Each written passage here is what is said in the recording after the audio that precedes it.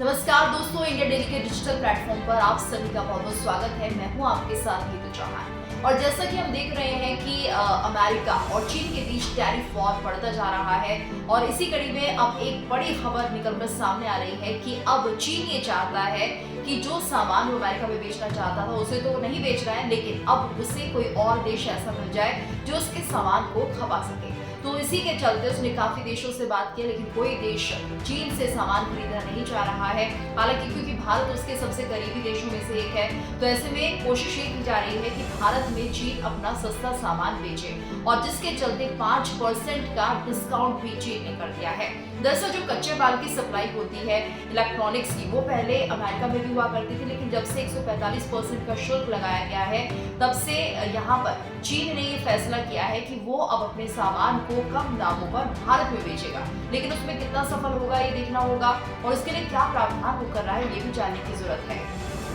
तो यहाँ पर ये समझिए कि जो चीन है वो चाहता है कि जो इसके इलेक्ट्रॉनिक्स पुर्जे हैं वो कम दामों पर भारत में बेच दी जाए। हालांकि जो मार्जिन होता है वो बहुत कम होता है, लेकिन जब से अमेरिका ने ये मना किया है कि वो 145 टैरिफ को कम करना नहीं चाह रहा है, तो ऐसे में चीन की मुश्किलें बढ़ गई हैं। तो ये जो तनातनी अमेरिका और चीन के बीच में रही है, उसका प्रभाव चीन में पड़ने लगा है, क्योंकि उसके लिए अभी बहुत मुश्किल भरा समय हो रहा है। और कहा ये भी जा रहा है कि जितना वो सामान बना रहा है, यानी जितने इलेक्ट्रॉनिक्स के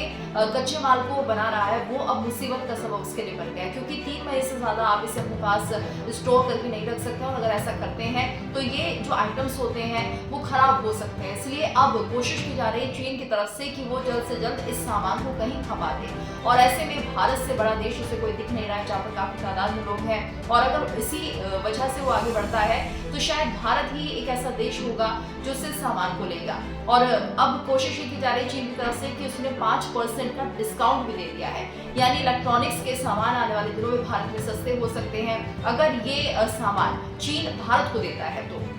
हालांकि चीन ने बाकी देशों से भी बात की है, लेकिन जो दूसरे देश हैं वो समझ रहे हैं कि अमेरिका और चीन की किस तरह से टैरिफ वॉर चल रही है, और कोई भी इन हालातों में ट्रंप को छोड़कर चीन का साथ नहीं देना चाहता, क्योंकि उन्हें पता है कि अगर चीन के साथ दोस्ती की गई, गठबंधन किया गया, तो उनका हर्ष भी क्या होगा, क्योंकि यहाँ पर ट्रंप इस मूड में बिल्कुल नहीं दिख रहे हैं कि किसी भी तरह की रियायत दी जाए। हालांकि 90 दिनों का समय जरूर दे दिया गया है, उसमें भारत भी शामिल है। वहीं भारत के सामने एक बड़ी चुनौती ये होगी कि ठीक है,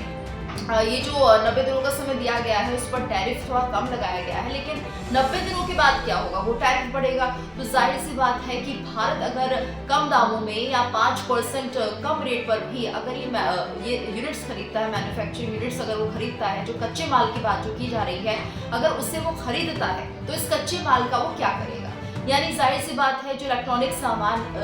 ये खरीदने की कोशिश अगर चीन से करता है भारत, और ऐसे में भारत के लिए मुश्किलें तब पैदा हो जाएंगी जब उसे सामान को खपाना होगा, क्योंकि भारत के ऊपर भी टैरिफ लगाया गया है जो कि पहले से ज्यादा है। तो ऐसे में भारत की कोशिश ये रहेगी कि हम भी अपने सामान को ज्यादा आगे ना बढ़ाएं, क्योंकि अगर शुल्क ज्यादा लगेगा, टैरिफ ज्यादा लगेगा, तो जाहिर सी बात है जो भारत से भेजे गए सामान है वो भी महंगे होंगे अमेरिका में, और लोग उन्हें भी कम लेना पसंद करेंगे। इसलिए भारत ये सोच रहा है कि जो सामान हम अमेरिका से लेते हैं उस पर अगर टैरिफ इतना होगा तो वो हमारे लिए महंगी कीमत में हमें मिलेगा। कोशिश ये की जा रही है कि मेक इन इंडिया पर फोकस किया जाए, तो भारत के लिए चीन से जो सामान कम दामों पर आ रहा है वो भी किसी काम का नहीं है। तो इसलिए ये कोशिश है भारत सरकार की कि वो ये देखें कि किस चीज़ को वो ले सकते हैं कम दामों में। ऐसा ना हो कि कम दामों में सामान खरीद लिया है, इलेक्ट्रॉनिक्स के पार्ट्स खरीद लिए हैं या दूसरी मैन्युफैक्चरिंग यूनिट्स खरीद लिए, लेकिन उसके बाद ये हमारे लिए एक मुसीबत बन जाए, हमारे लिए परेशानी का सबब बन जाए, क्योंकि हमें नहीं पता कि हम इसे किस तरह से आगे खपाएंगे, हम किस तरह से अमेरिका को ये सामान बेचेंगे। अगर शुल्क ही बढ़ जाएगा तो अमेरिका में भी कौन सा ऐसा व्यक्ति होगा जो महंगी चीज़ों को भारत से खरीदेगा। तो ये तमाम तरह की चुनौतियां बनी हुई है, इसलिए भारत ने भी तय कर दिया कि अगर हम चीन से कुछ सामान लेंगे डिस्काउंट पे तो बहुत ही कम अमाउंट में होगा, यानी ज़्यादा फोकस होगा कि किसी भी तरह से जो मेक इन इंडिया है वो रहे, घरेलू उत्पाद बढ़ जाए, लोग जो भी अगर कुछ मैन्युफैक्चरिंग पार्ट्स चाहते हैं तो वो यहीं पर उनका निर्माण होना शुरू हो जाए। तो भारत इस दिशा में कदम आगे बढ़ा रहा है।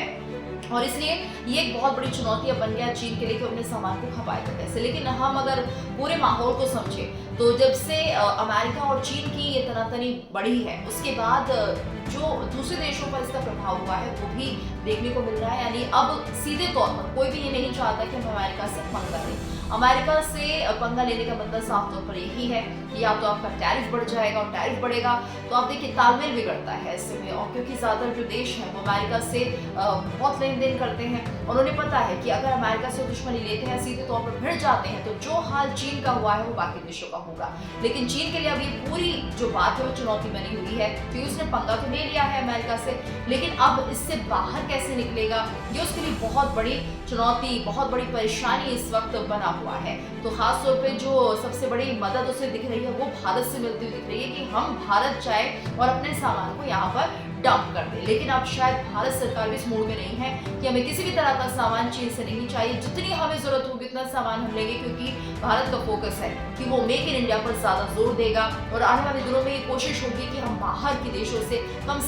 सामान को निर्यात करें। आपको ये खबर कैसी लगी? इस खबर पर कमेंट करिए और हमें बताइए।